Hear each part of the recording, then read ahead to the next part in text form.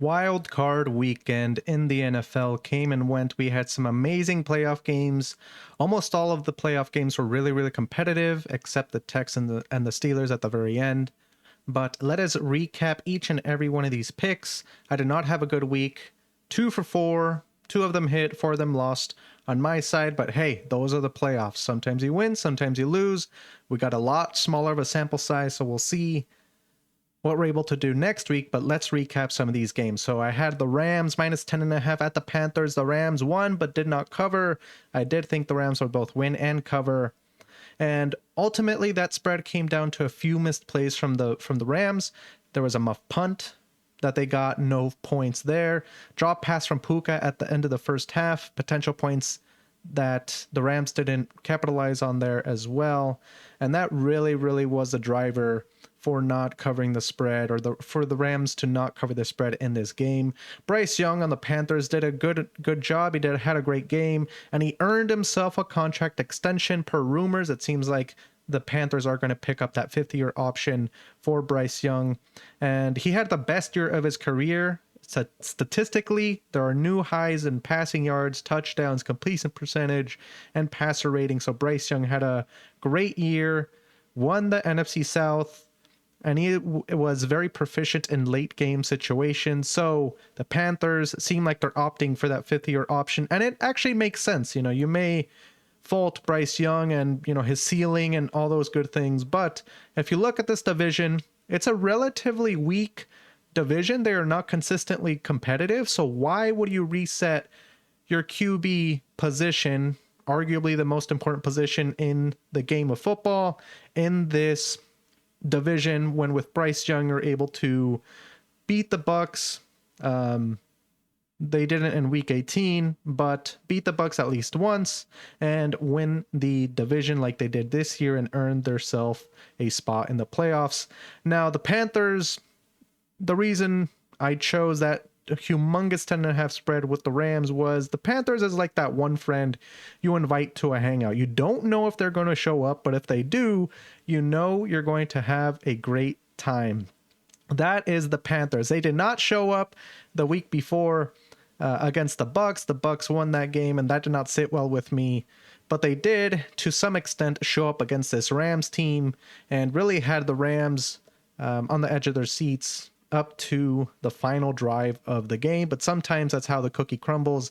Rams continue on. They are going to play the Bears next. Now, next game, Packers at the Bears. I chose the Bears plus 1.5, and let me tell you, this pick did not look good the first 3 quarters, but good thing football is played through all 4 quarters.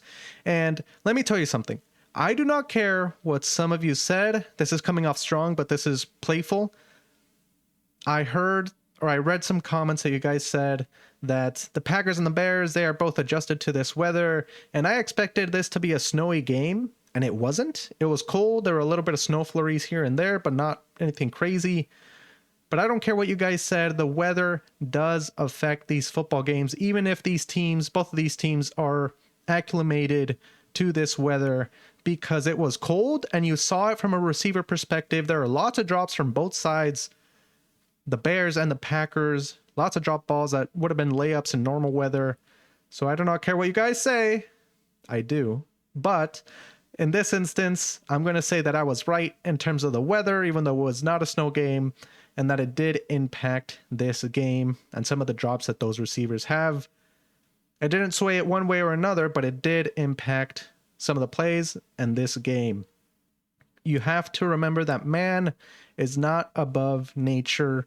Nature prevails no matter what we do to customize ourselves to it. Nature will prevail. Now, bear down here. The Bears came down from a 21-3 deficit. That is a huge story here, and something that I was wrong about in this game was that the Bears were not able to control drives and rush the ball. That was what I thought was going to happen in this game. I thought it was going to be a snow game. I thought it was going to be really, really dependent on the run game. But the Packers did a good job in preventing the Bears from running all over them. And in the fourth quarter, it was all Caleb, all Ben Johnson, some of the plays he had at the very end, a little bit of a chess game, chess match. And in terms of the big story from this game is that the Bears are your Cinderella story. If you ask the Bears fans before the season started that the Bears will finish 500, so no win, no loss. Let's say they tie one of them with a first-year head coach and a second-year quarterback that still needs some development. Each and every Bear fan will tell you they will accept that 10 out of 10 times. But the Bears did way more than that this season. They had a winning season, 11-6, and they won the NFC South title, and they won their first playoff game in 15 years. And this is a very competitive division as well. NFC North, not as competitive as the NFC West, but it is up there as well. So that is something that Bears fans would be absolutely ecstatic for, is they would have taken that 500 team if you told them that at the beginning of the season. But by the way, the Bears have not had a 500 or better season since 2020. So it's been 5 years at least since they've had a non-losing season. So this is an absolute Cinderella story for the Bears. The Bears have an identity on defense, even though their defense is not that good. They do have an identity of being able to take or create takeaways, if I'm saying that correctly. And on the offensive side of the ball, it's all ground and pound, running the ball, fourth quarter, let it fly with Caleb Williams. So the Packers, we'll see if the Matt LaFleur things goes through with the Packers, which I expect would. I would also expect a new offensive coordinator potentially, and address a little bit of the defense. I still think Parsons not being on the field really impacted their defense, but Parsons hopefully is going to come back. It will take him a little bit to be 100%, especially at that defensive end position where you need a lot of flexibility and a lot of explosiveness. So an ACL is not, something that you can just come back out of the blue and be 100% at. It's something that you gradually build upon, and we'll see what the Packers are able to do next year defensively. Now the Bears, they are going to go against the Rams. Of course, all these teams in the playoffs are going to be really good, but the Rams is a challenging matchup here. Now, next game, Bills at the Jaguars. I got the Jaguars plus 1.5. Unfortunately, that did not hit. And this was really a coin flip between the Jaguars and the Bills, which team was going to win. And this is a thought that I had before the playoffs even started and before Wild Card Weekend officially kicked off, was that if any team were to beat the Bills on the path to the AFC Championship, it would have been the Jaguars. The Jaguars had the best defense in terms of stopping the run, and the Bills, when James Cook is not able to run the ball, it is really heavily dependent on Josh Allen. And even as competitive and as awesome as Josh Allen has been, you cannot just overly rely on that one position to get you through each and every game, through these gauntlets of games, gauntlet of opponents in the playoffs. So that was my main kind of thing here with the Jaguars, but it is what it is. Sometimes you lose these. The Jaguars did do a good job of holding James Cook to 46 yards, and the Jaguars did have the final drive of the game to win potentially, but that interception at the end, that sealed it. And I think if they played this game 99 more times, the Jaguars would win 50 of them, and the Bills would win 50 of them. So I think it was truly a coin flip. And now that the Bills have gotten past the Jaguars, I do like their chances of making it to the Super Bowl a lot more now. You're going to go against Bo Nix, a quarterback that hasn't had too much experience in the playoffs. Compare that to Trevor Lawrence, that has had some experience in the playoffs and has won in the playoffs. So you have that.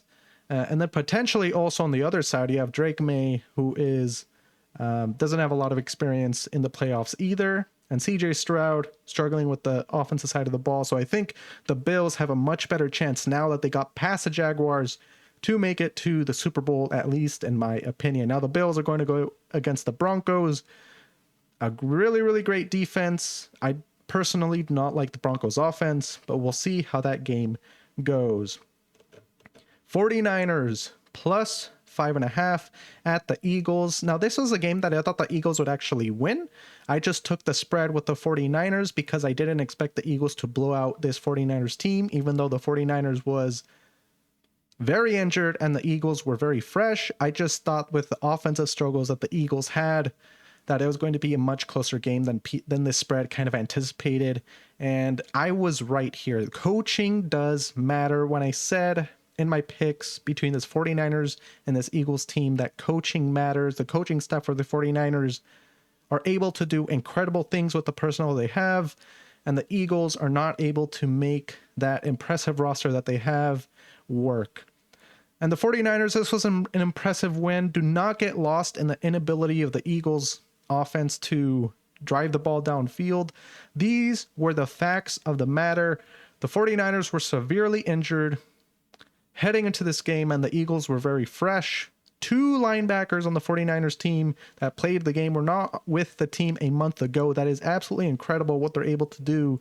That coaching staff putting their players in the best position to win. George Kittle also went down in the second quarter. So one of their main offensive weapons went down second quarter of the game, and they were able to come through at the end. So it's a very, very impressive win. And to me, Kyle Shanahan is the coach of the year, and that coaching staff is absolutely incredible. Now, the story of this game was really, this was a Lamborghini versus a beat-up Honda Civic with 200,000 miles on it. But the mechanics that tuned the cars, the mechanics being the coaching staff for each respective team, they did a much better job on the Civic and tuning what they're able to do on that car to their fullest extent versus the Lamborghini. And the Honda Civic that they had, that beat up Honda Civic, beat that Lamborghini in this game. The 49ers coaching staff tuned that team to its fullest potential each and every time. It is absolutely incredible what this coaching staff has done for this 49ers team. Now, the 49ers are going to go against the Seahawks. NFC West matchup here. It's going to be a great game, I think. And the Eagles, they already announced that they're going to move on from their offensive coordinator, and they're going to hire a new one. Chargers plus 3.5 at the Patriots. I thought this would be a lot closer game than it was. And it could have been, but ultimately the Chargers were not able to hang in there because of that O-line. Justin Herbert got pressured 30 out of 31 pass attempts. That is absolutely insane how he was able to make that work in this game, honestly. And Drake May did not have a great game. I mean, he had a decent game, but the big thing about Drake May is that now he has one playoff win under his belt, and he's able to shake those nerves off now going against this Texans team that is going to be very talented on defense, and that the Patriots would need Drake May to have a good game in order to come out on top. Now, the big story about this game is if you are in your work environment a team leader or a manager, you can do a great job yourself individually and secure buy-in from investors and key stakeholders for a project that you are leading. However, if the group of individuals you are leading constantly make mistakes each and every day, the project is going to fail no matter how good you are as a team leader or manager. So that team leader here is Justin Herbert, and that group of individuals I was referencing are that O-line. It was not Justin Herbert's fault. If you step back and look throughout this entire season and where this Charger team got with the injuries on that O-line, it is incredible that they got to this position to begin with. If you look at the ranks, they're 31st and 32nd in run and pass blocking. I forget which one is which, but essentially one of the worst O-lines in the league. And to be able to get to the playoffs with that low of a production, literally last in the league, is absolutely incredible, and unfortunate for Justin Herbert about the narrative that he's not able to get it done in the playoffs. But to me, this season was more about Justin Herbert persevering through as a team leader or manager to even get to this position, get buy-in from investors and key stakeholders, in this instance, fans and analysts alike. But ultimately, if the group of individuals you're leading on this project are making mistakes each and every day, all the time, the project was slated to fail from the beginning. Now, we'll see what the Chargers are going to do in the offseason. I believe they're looking for a new offensive coordinator right now. But the Patriots are going to go against this very talented Texans defense. Now, Texans at the Steelers +3. I had the Steelers +3. I thought this was going to be a little bit more competitive. It was all up to the fourth quarter. The fourth quarter, it just all crumbled when the Steelers are trying to make something happen on offense. And I was wrong at the end of the day for the pick of this game. I had faith in Aaron Rodgers and the Steelers offense with DK Metcalf back. Steelers coming off a big win against the Ravens. I thought that would carry them through this game and make something happen, but really they got bullied on offense. That was the name of the game. They did a decent enough job on defense to hold the Texans to 7 points up until the fourth quarter, but there's only so much a defense can do when the offense is not able to make something happen on their side of the field. It's a heartbreaking way to end the season in that fourth quarter for that Steelers team, and a heartbreaking way for Aaron Rodgers to go out. I believe is going to retire. His last throw being a pick 6 in the league. It's a little bit heartbreaking in the way he went out, but that's the way, football is sometimes, unfortunately. And I never really liked the phrase defense wins championships.